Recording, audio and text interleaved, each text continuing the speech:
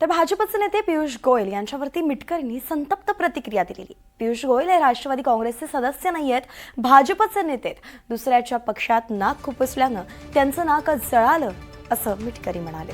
राष्ट्रवादी काँग्रेसचे राष्ट्रीय अध्यक्ष कोण हे पियुष गोयल सांगणार आहेत का असा सवालही त्यांनी उपस्थित केलाय। ठरवणारे ते कोण आहे त्याचा संतप्त प्रश्न त्यांनी केलाय। भविष्यात आपले ओठ जळणार नाहीत याची काळजी मोठ्या नेत्यांनी घ्यावी असा खोचक सल्लाही दिला।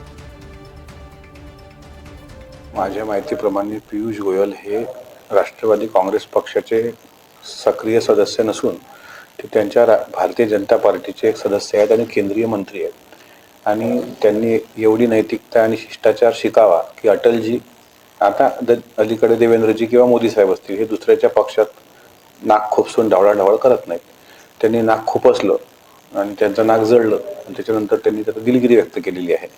आणि अशा प्रकारे एखाद्या वाहिनीला किंवा एखाद्या पत्रकारांना मुलाखत देताना तुम्ही राष्ट्रवादी काँग्रेस पक्षाचा राष्ट्रीय अध्यक्ष कोण होणार हे पियुष गोयल सांगतील।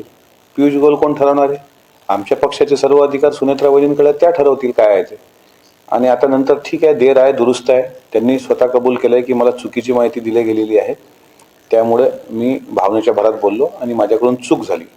त्यांची चूक आम्ही पडदा टाकतो, त्यांनी जर चुकीबद्दल दिलगिरी व्यक्त केली असेल तर, पण आपलं ओठ भाजणार नाहीत याची काळजी पुढच्या काळात पियुष गोयल सारख्या भाजपच्या एका बड्या नेत्यांनी घ्यावी बस।